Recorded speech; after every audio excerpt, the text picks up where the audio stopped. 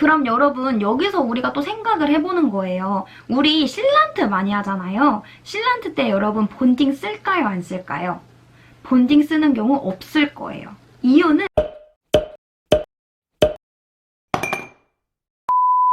안녕하세요 여러분, 치과위생사 한희번입니다. 여러분 저번 시간에 저희가 레진 치료를 들어가기 전에 이루어지는 술식에 대해서 봤잖아요. 그것도 양이 엄청 많았어요. 잘 기억하고 계시죠? 오늘은 애칭부터 연마까지 자세하게 알아보도록 할게요. 이제 버로 충치를 제거를 했으면 애칭을 해야 합니다. 여러분 애칭을 해야 하는 이유는 뭘까요?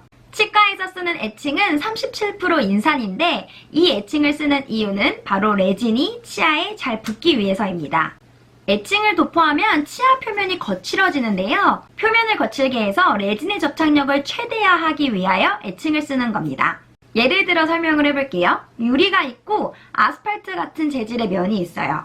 거기에 고무를 붙일 거예요. 어디에 더 고무가 잘 붙을까요? 바로 아스팔트 같은 거칠면에 고무가 잘 붙을 거예요. 똑같은 원리라고 생각하시면 됩니다. 제가 예전에 보존과 실습을 교육한 적이 있는데 실습생 중에 한 명이 선생님 애칭을 하고 왜 10초에서 15초 있다가 세척을 해요? 이렇게 물어보더라고요. 여러분 이유가 뭘까요? 이유는 상아질에 애칭을 했을 경우 애칭 시간이 15초를 넘기면 안 됩니다. 왜냐하면 과민하게 산부식이 될 경우 과민증의 원인이 되기 때문이죠. 그래서 원장님이 애칭을 도포하고 마음속으로 시간을 세는 경우도 있고 타이머를 맞추는 경우도 있습니다. 원장님이 항상 애칭을 하고 타이머로 15초를 맞추더라. 그러면 여러분들이 이제 그 15초를 맞추면 되죠. 그리고 15초가 끝나면 원장님이 3웨이 시린지를 들고 세척을 할 거예요. 그럼 여러분들이 석션을 하면 됩니다. 건조를 하고 본딩을 해야 됩니다. 이때는 수분이 없는 상태에서 진행이 돼야 하기 때문에 러버댐을 안 했을 경우엔 커튼롤을 준비해 주시는 것이 좋습니다. 그럼 왜 본딩을 발라야 할까요? 이것 또한 레진이 잘 부착하기 위해서인데요. 그럼 본딩을 바르지 않으면 레진이 떨어질까요? 네, 잘 떨어집니다. 그 이유는 상아질에 있습니다. 우리가 또 형태학 시간에 범낭질은 무기질로 이루어져 있고 상아질은 수분과 유기질로 이루어졌다 이렇게 배웠을 거예요. 이때 드는 생각이 레진이랑 수분이랑 친하지가 않죠? 그러면 이 수분이 있는 상아질에 레진을 바로 도포할 경우 당연히 접착력이 떨어지겠죠. 그래서 건조를 하고 본딩을 함으로써 치아 표면에 레진이 잘 부착돼서 레진이 오랫동안 잘 유지될 수 있도록 하는 것입니다. 그럼 여러분 여기서 우리가 또 생각을 해보는 거예요. 우리 실란트 많이 하잖아요. 실란트 때 여러분 본딩 쓸까요? 안 쓸까요? 본딩 쓰는 경우 없을 거예요. 이유는 우리가 충치를 예방을 하기 위해서 범낭질, 즉 겉에 있는 그루브에 실란트를 도포를 하잖아요. 그러면 상아질이 아닌 무기질로 구성된 범낭질에 실란트를 도포를 하는 거기 때문에 굳이 본딩을 바를 필요는 없는 거예요. 이해하셨죠?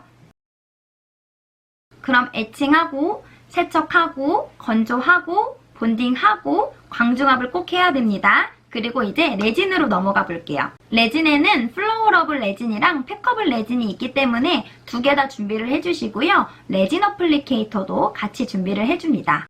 레진 어플리케이터를 원장님께서 사용을 하실 때는 손에 거즈를 들고 있어서 레진 어플리케이터에 묻은 레진을 닦아줘야 합니다. 그리고 레진 시에는 적층법으로 많이 진행을 하는데요. 레진을 조금 넣고 광중압하고 또 조금 넣고 광중압을 할 거예요. 이렇게 적층법으로 하는 이유는 레진이 잘 떨어지지 않고 또 광중압을 여러 번 해서 중압이 골고루 잘 되게 하기 위해서입니다.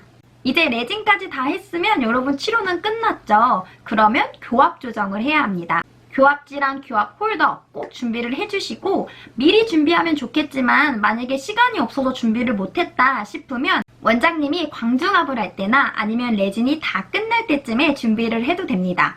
교합 조정 때 많이 쓰는 버는 짠! 이 버를 많이 씁니다. 이것도 원장님마다 선호하는 버가 있을 거예요. 그래서 내가 실습하는 병원이나 일하는 병원에서 어떤 버를 주로 쓰는지 꼭 아시는 것이 중요합니다. 교합 조정을 할 때 교합지가 치아에 대기 전에 어시스트가 에어를 불어주면 좋아요. 왜냐하면 물기가 있을 경우 교합점이 잘 찍히지 않기 때문에 원장님이 교합지를 넣기 전에 에어를 불면 좋겠죠. 해당 치아에 에어를 불고 원장님이 환자 치아에 교합지를 대서 딱딱딱딱 해보세요 이렇게 말씀을 하실 거예요. 그러면 높은 부위에 교합점이 찍혀서 나올 겁니다. 그 부위를 버로 갈아서 교합을 조정하는 과정을 진행합니다. 그리고 교합이 잘 돼서 환자분이 괜찮아요 라고 얘기하면 연마를 진행을 하는데요. 연마를 할 때는 이 화이트 스톤버를 같이 쓰니까 이 버도 같이 알아두면 좋겠습니다. 이렇게 해서 레진 치료의 전반적인 과정을 알아봤는데요.